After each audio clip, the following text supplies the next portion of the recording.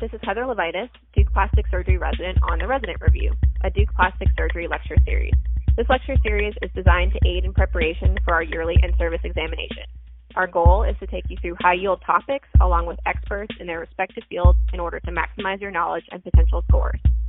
I have with me here today Duke Plastic Surgery Division Chief and Program Director Dr. Jeff Marcus and Duke Plastic Surgery Associate Program Director Dr. Brett Phillips. Today's topic will deviate from the normal in-service material review to discuss a topic we think many medical students will find informative, the match process. We'll talk first about the sub-I process, move to the application and interview process, and then talk about what program directors look for and consider when making a rank list.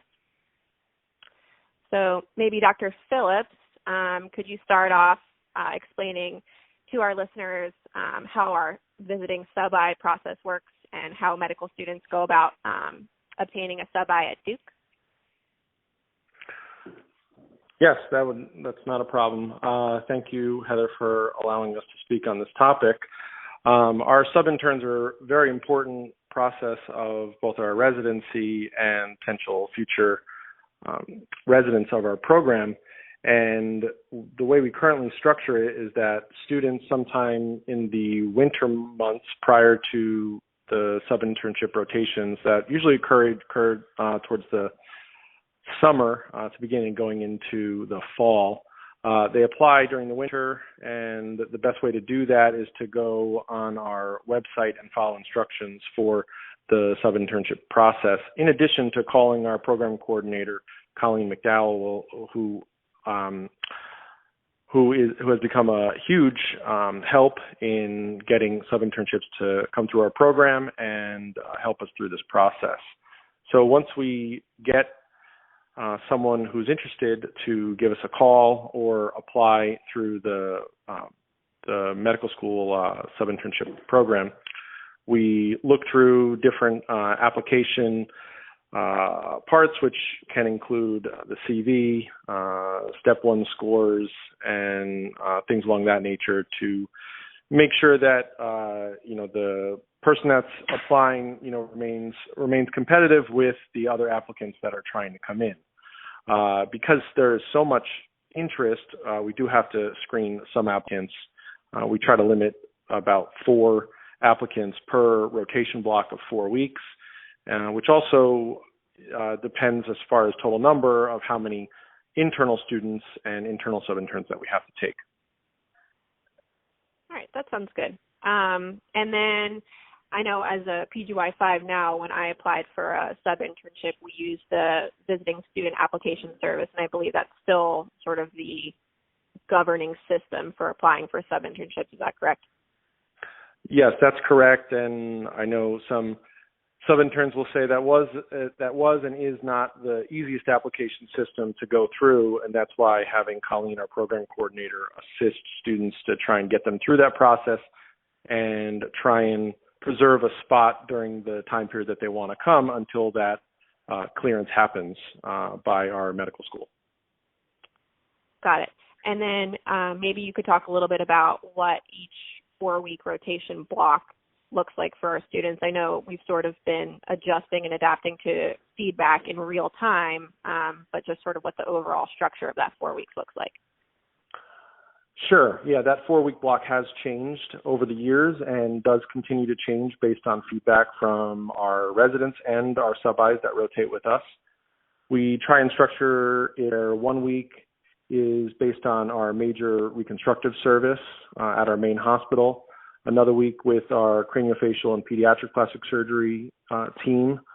Another week that goes to the hand service or even lower extremity trauma service, and another week is dedicated towards our community hospital group at the Duke Raleigh Hospital, where it's mostly elective breast surgery, including autologous breast reconstruction and other types of community-based plastic surgery surgeries.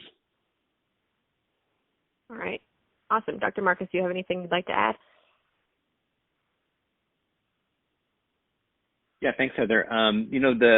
Just looking at it from the maybe a larger perspective, overall the sub-internship programs, and I'll generalize this, not just to Duke, but to all places. I think there's some similarities in the way that the programs view this. So sub-internships are important because they are something of an audition, really. So in a general sense, it gives not only the programs an idea of what an applicant has to offer, because frankly, there are a lot of things that individual students bring to the table that are not on paper, that you wouldn't realize are there, and you don't see them until you actually get a chance to work together. And so from that point of view, it's a very, very valuable process for us to get to know people, and it gives individual students opportunities, in some cases maybe that they may not have gotten without actually being able to have a chance to really show their stuff. On the other side, it also gives the students a chance to see what's really going on, because as I remember looking back when I was a student. This goes back to 1994, and at that time there were, I think, roughly 14 or 15 integrated programs in the whole country. And you ask around and you ask your mentors. You say, well, what are the good places? What might work for me? What do you think about this? And you take that on faith. You trust your mentor to give you good guidance. But in the end, it's an opinion. It may not even be based necessarily on an in-depth knowledge of the program. It's just kind of a general idea, but it's what you've got. And there's really no great quote unquote rating system for this either, because even what few systems we have, like if you look at, like, for example, Doximity, and there's some objective criteria in there as far as research rankings go, because they use actual data, but the quote unquote ranking is really just a subjective vote, no more scientific than voting for your class president in high school, really. So, to know what a place is really like, the bottom line really, and this is what I tell the students that, who are my mentees, that you got to see it. And if you really are interested in a particular place, then it's probably a useful thing to do to actually schedule time to do a sub-internship at that place. And then once you've gone, there's really not much to hide. If you've spent 30 days in a place, you really do get a sense about what they really, really are all about. So just looking at it in the broader sense, from not just Duke, but everywhere, is that it is a very useful tool bilaterally to determine how well individuals will fit with programs, and programs will fit with individuals. That makes perfect sense to me. And I completely agree. I get the question a lot from sub-interns. They ask, how many sub-internships do you think I should do? And I never really know how to answer that question. Do either of you have a good answer to that question? That is a great question. And I think, there have been several studies and surveys that have looked at these type of questions of how many you have to do. And I don't think that answer can be set to every individual person. It's really, set to each person, how they perform at a place, how many places are they truly interested in going. I know people do anywhere from 2 to 5 sub-internships. The negative is that it's expensive, it takes a lot of time, and potentially takes away from other learning aspects that you could at your home institution. So there are pros and cons, but I'd probably say I'd say anywhere from, I'd probably say 3 to 4 might be the ideal number, but it's really hard to say.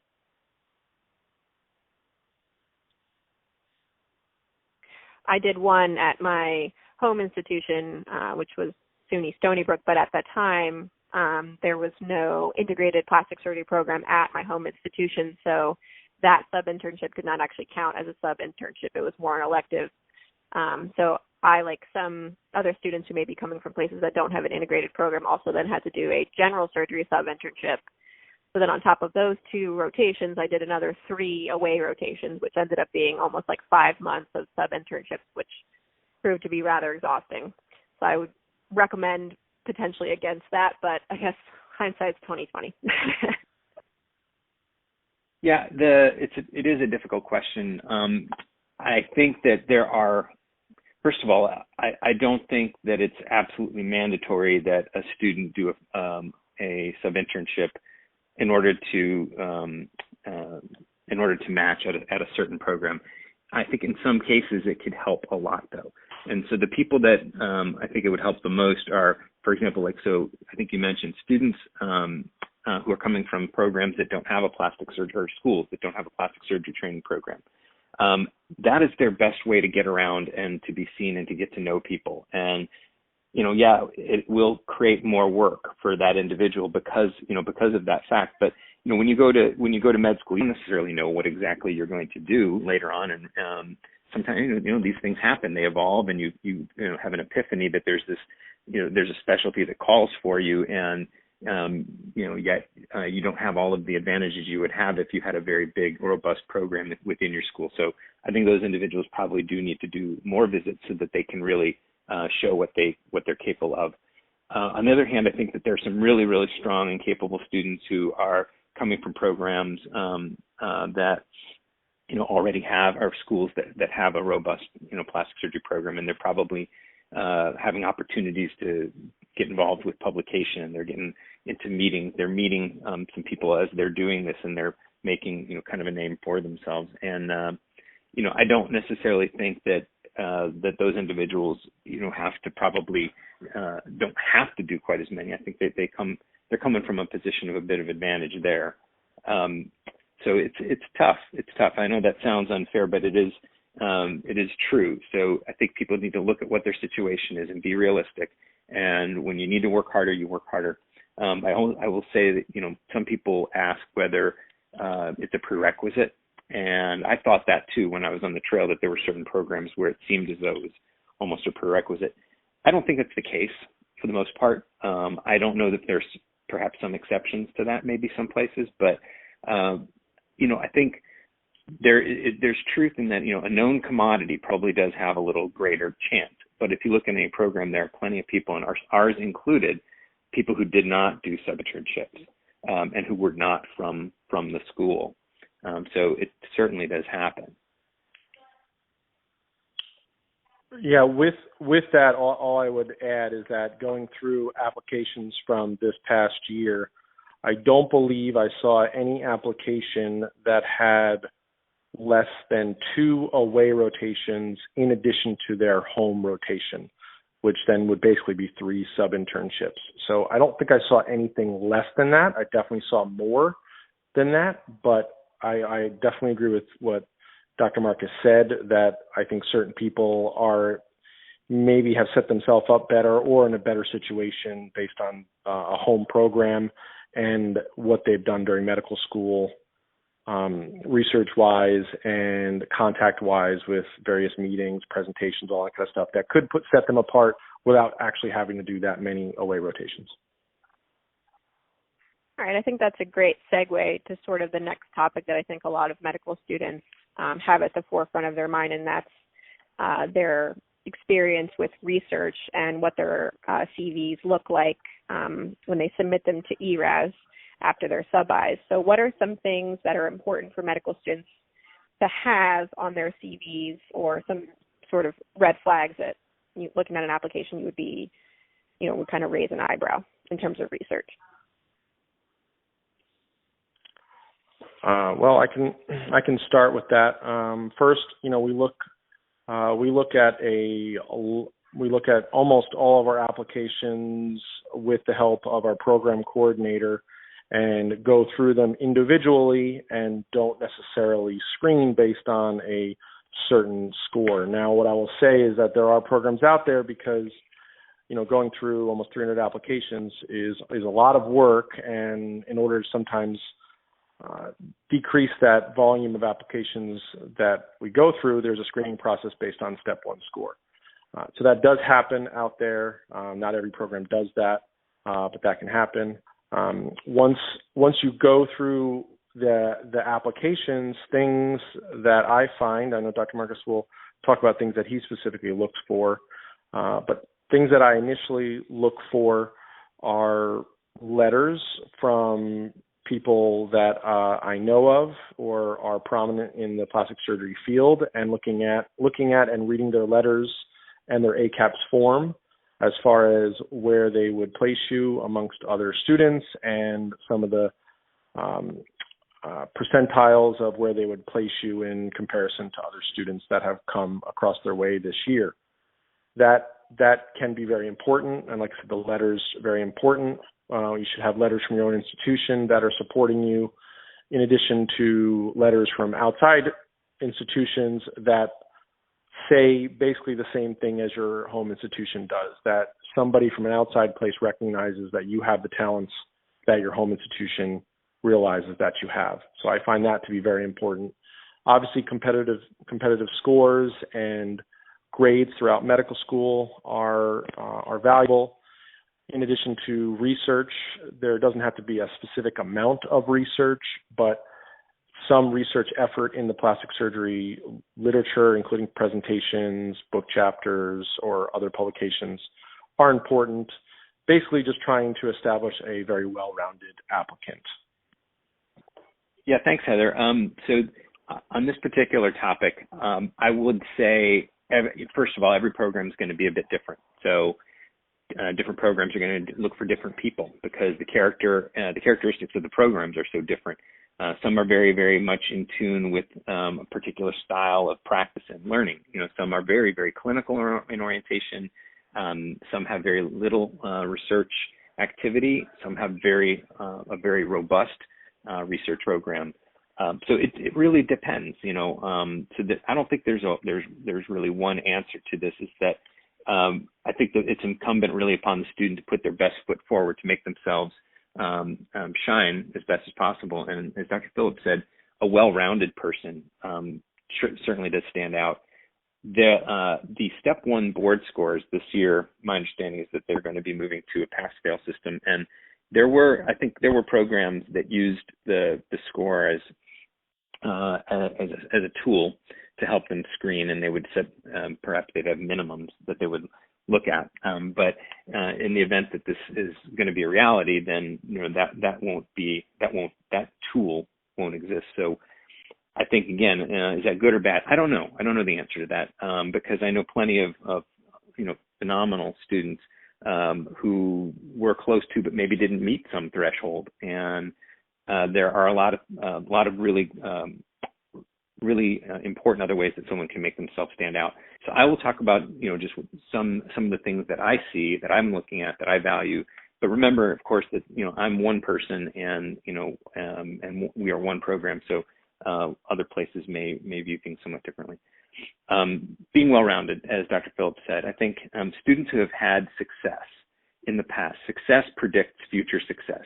People who have had successes in different types of areas, in different things. So, of course, academically, or maybe it was research. Maybe they've been very successful in doing research, and maybe it was in terms of work that they've done in public policy or in business school. Maybe they've studied business and they've had another degree.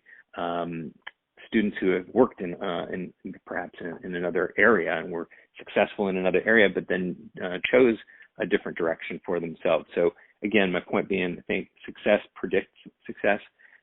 So we look for that. Things that are, I'll be honest, things that stand out, things that are different, things that are maybe unusual about somebody. Not everybody has to do the same thing. There is no cookie cutter. And so somebody who has done something of great interest, who could bring something unique and different. So I will say, with each program, one has to consider what are the values of that program. Now, you can't change yourself to match all programs and their values, but so, for example, diversity, where does that play a role? Well, we happen to value diversity, diversity of thought as well. So people who bring different ideas to the table, who have had different types of experiences.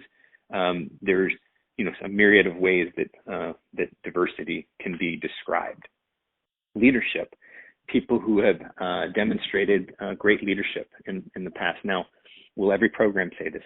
I'm not sure. I don't know. But I will tell you that teamwork and leadership are extremely important. And the reason why I say this, and I'm so emphatic about it, is that if you consider, where students are coming from and going through life, you've gone through high school, successful, test scores, successful, apply to college success, do well in college, take the MCATs, getting to go to a great medical school. One success after another, based in large part it's individual efforts, it's hard work, it's all of the other activities that one's doing, really focusing on making oneself the best that one can be. So up until the time you graduate from medical school, it has all been really about a lot has been about preparing yourself for this next step, this big step. It's all about preparing yourself. But when you finish, guess what happens? You join a group, and now you're supposed to be functioning in a group, and you want to be a cohesive group, and you need to be able to function effectively. But you have a whole bunch of very, very smart and very, very successful people who have looked after themselves for a long time, and now they actually have to function in this this matrix in a hierarchical structure in some cases, and be effective. And so seeing where someone has been able to do that in the past in some whatever way, could be in team sports, could be in activities that they've done where they've demonstrated that they can show leadership or that they've been able to show some experience with teamwork. I think those things are important. There isn't really a cookie cutter for that either. I personally take a look at, I really do read the essays, because sometimes students will write some very, very thoughtful things about some experiences that they've had. And then finally, just going back to what Dr. Phillips had said before about those the letters in particular, and we can get into more on this one if you want, Heather. But of course, you want to have people who are known, right? Ideally, but even more importantly than that, I think, is that they need to know you, because a lukewarm letter from somebody who doesn't know you very well, they would love maybe in some cases to write something great, but they just don't know enough to do it. So the best case scenario is to have a very strong letter from someone who others know. But if you can't have that, then it should be a really good strong letters from people who know you very well. Let's continue to talk a little bit more about letters of recommendation. So in terms of letters, what are some things other than, it being a strong letter? Is there anything specific that do you look for, and are there some things in letters that are red flags? How do students go about choosing who to write their letters, and just any other words of wisdom you might have for the students? Yeah, so that's also a difficult question because the students don't actually get to see these letters, so they don't know what's in it to be able to decide which letter they should use or not use. Now, it's my understanding that applicants can get many letters and then choose which letters they use for individual programs. So what I would say is that applicants should likely use whoever they think is their strongest letter, in addition to, if they're going back to a program that they got letter from, probably to use that letter also, or if they want to showcase how successful they were at different rotations, they could use different letters. But they're never going to know exactly what's said in that letter. They usually have to sign off that it's that they haven't looked at it and haven't been able to read it. But like Dr. Marcus just said, they have to feel that they have worked with the person long enough and gotten to know that person, and that person has got to know them well enough to be able to write a strong letter.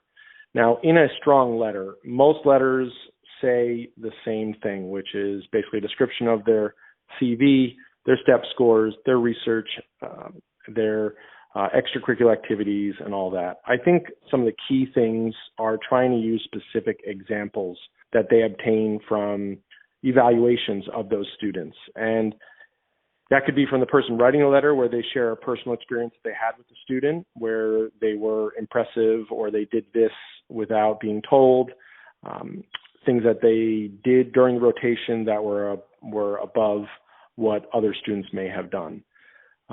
If they can get those evaluations and kind of include those specific sentences that, so-and-so resident said this about the student, or this attending said this about the student, those, I think, will form a stronger letter and give more insight and information about that person, all coming from a person that knows a lot about the applicant, and that's what makes it a strong letter. Yeah, thanks.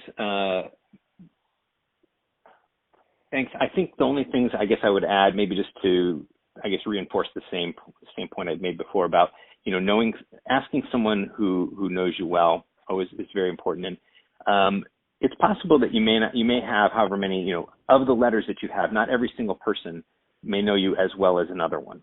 But you certainly will want to have somebody who's going to be able to say something very, on a very personal level, with good knowledge. And then, it may be that others may not have all of the same knowledge. But it's, basically looking at it as a blend. And so it's possible to have, for example, someone who's been, the most important mentor. Most people can usually identify a person that's been a very key mentor. Perhaps someone who's a program leader wherever at the program where the student is. If it happens to be a student at a place that does not have a plastic surgery program, it could be from somebody who's a very prominent figure in general surgery, but who knows them well. And it could be also there are letters written during sub-internships where if someone has truly stood out, that does often come across pretty well in those letters, even after only knowing somebody for 30 days. It's not that unusual that we see a very strong letter coming out of that, especially for some of the top candidates. Okay, very good. I think that the students will find that informative. And then just going back to talking a little bit about personal statements, I know Dr. Marcus, you touched on this a little bit, but what are some things that we think make a good personal statement, and what are some things that we think make one that's a little strange or raises some red flags? Well, I guess, I'll start with this one, Brett, if it's okay. And then I typically am not looking at the personal statements as in-depth until I'm actually going to meet the person. So on the one hand, it could be helpful in the process of going through the large number of applications that we have. In some instances, a very good letter could be helpful if you're curious about looking at where a person's coming from. As you're looking through the details of what their experiences have been, and you see something that's interesting, then often you can refer to the personal statement. You might find some further information there that could really make someone stand out a little bit. People can, in some instances, if there have been, lapses or something that they need to kind of convey, they have a point that they want to make that may not come through in the other work, the personal statement can convey that type of information. But then, as I said, a lot of times when I really do pay, when I'm paying the most attention, when I'm really reading almost all of them, it's going to be when I'm going to meet the person. And I'm looking for, I guess, a few things. First and foremost, an honest and sort of a representation of a person and who they are. And, if they're really, if they're speaking, from the heart, it does come across. So that's one thing. And what the topic is, it doesn't make too much difference, but you want to know that you're, the person's coming off the page and you really have an understanding a little bit about what makes them tick. I think that's the main thing really for me. The topics can often vary. There's some standard things people talk about, often, why the decision to go into plastic surgery, or family experiences, or experiences from the past, and things like that do come across. But I think something that's honest and then well written, something that's, at least for us, being a program that has a commitment to research and to publication, we hope that our residents are going to be productive academically while they're here, and to see something that's not well written, or that has any grammatical errors, God forbid, or things like that, you would never want to send that in. So something that's very well written, that's honest and to the point. It doesn't have to be super long, but just to really paint a picture of the student. Dr. Phillips, do you have anything you like that? Not much. I think Dr. Marcus covered most of it. I would, to keep it brief, I would say I don't think the letter should be too long. I think it should be very focused. maybe 3-4 paragraphs max, and it should really be focused on what you're trying to say and what you're trying to come across, along the lines of what Dr. Marcus said as far as topic. I would say that there is potential that not everybody will actually even read your letter before, but it could be a help right prior to the interview where you could read that letter before the person comes in, and it helps elaborate on some of the things found in the application that maybe you needed more information on. So I think that to me is helpful. And obviously it cannot have grammatical mistakes and should be well, proofread. And yeah, that's a definite. And anyone that's, more than, it's greater than a page, that's, can be turned off. I would say brief, to the point, focused. Yeah, and I think that's a really good point there. And I'll just expand just slightly again. Just like in the letters of recommendation, there's no need to reiterate what's in the CV. We can, we have the CV and we have all of the accomplishments and so on. But if there's something that really stood out and someone wants to mention a particular thing and what it meant to them and how they got into it and give a little bit of the backstory, that's another story. So reiterating the CV, not necessary. Get to the point. Let's those who look at these things really want to know who you are. All right. So we've done our sub-I, we've written our personal statement, we have excellent letters of recommendation, and now let's talk a little bit about the interview process. So what can students expect during their interview process, and is there anything special that they should be doing to prepare for their interviews? Yeah, I can start with this. So what I would say just to start is that once you've gotten the interview, you've gotten past the hurdle of, the academic and research requirements and all the things in your application, that you've already cleared that hurdle. Now you're in the door, and now you just have to meet everybody and have good discussions and being able to come across eloquently and polished and put together. That, I think, is what the interview is. You really have to come in and basically just have a good discussion, being able to answer questions on the spot. It's sometimes hard to prepare for something like that, but you have to know that you're already on the same playing field as the other people that are coming in the door. And what I would say is that one thing for preparation, so I think the biggest thing is you have to know about the program you're going to, what their values are, and who works at that program. So you shouldn't go in and not know who the program director is, or who the chief is, or, what surgical subspecialties within that division or department, have. And, you should at least be able to identify what faculty members are there. And this can all be done by just looking at the program's website. So I think a thorough review of the program's website and really having an idea of what, who is involved, what they're doing, and where they're going, you should be able to get a good idea from that. And if you can do that, I think that's the biggest start. And then it goes down to interview questions and being able just to have a discussion, trying to be yourself, being honest, not obviously never lying or making, false statements or being untruthful. I think that is probably one of the things that can hurt, everybody. And there's nothing wrong with saying, I don't know, or that's a good question, I'll think about it, those kind of things. But I'll let Dr. Marcus continue on.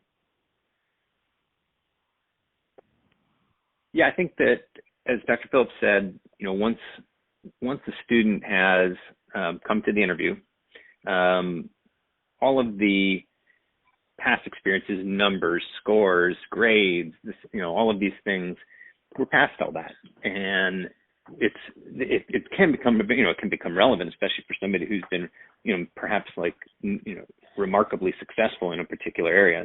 That's another story. But for the most part, you got to think about it as though once we arrive here, we're all on more or less even footing.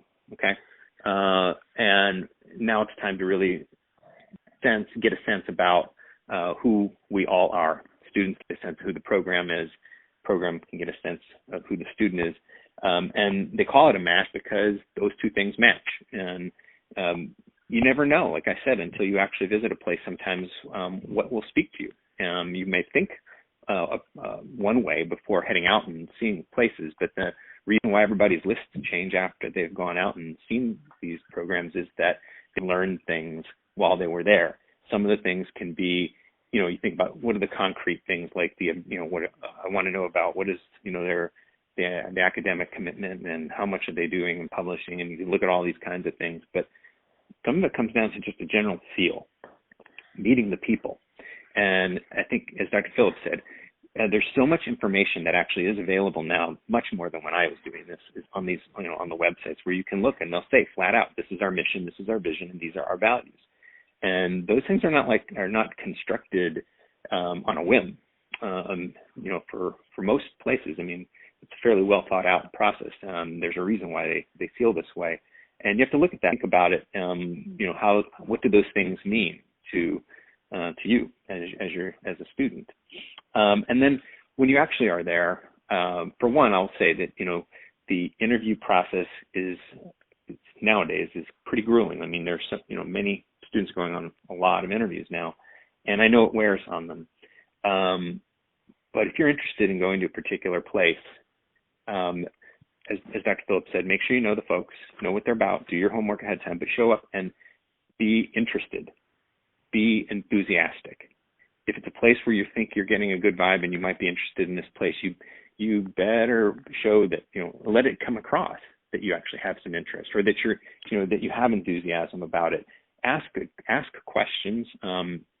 Even if you've gotten something answered, you've asked someone else something before, but you just want to have different perspectives. You may ask something that sounds kind of similar to two different people because you might hear a different perspective on it. But to sit in an interview and not seem eager, it can come across as disinterested, and you may not be, but it does it makes the interview a little bit just dull.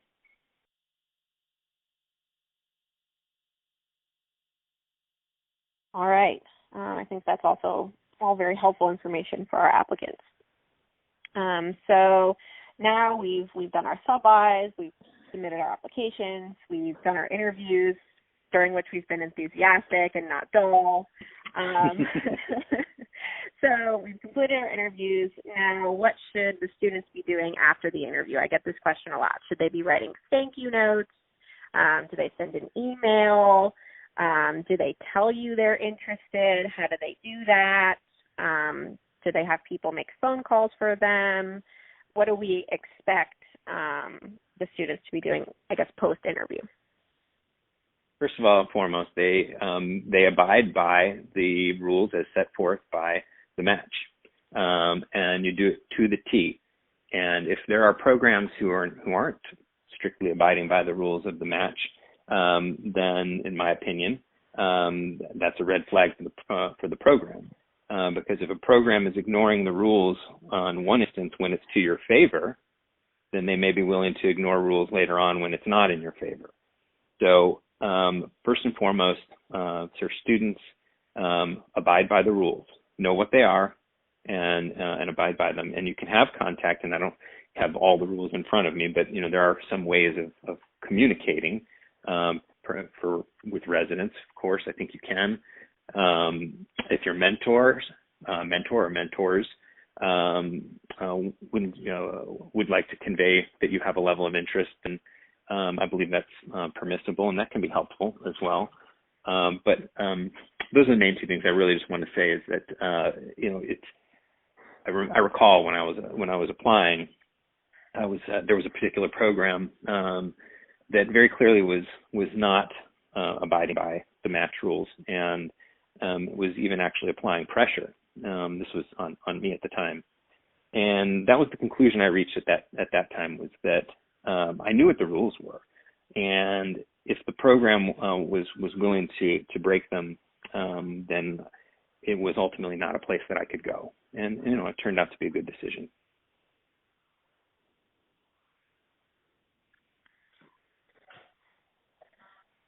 Dr. Phillips, do you have anything else?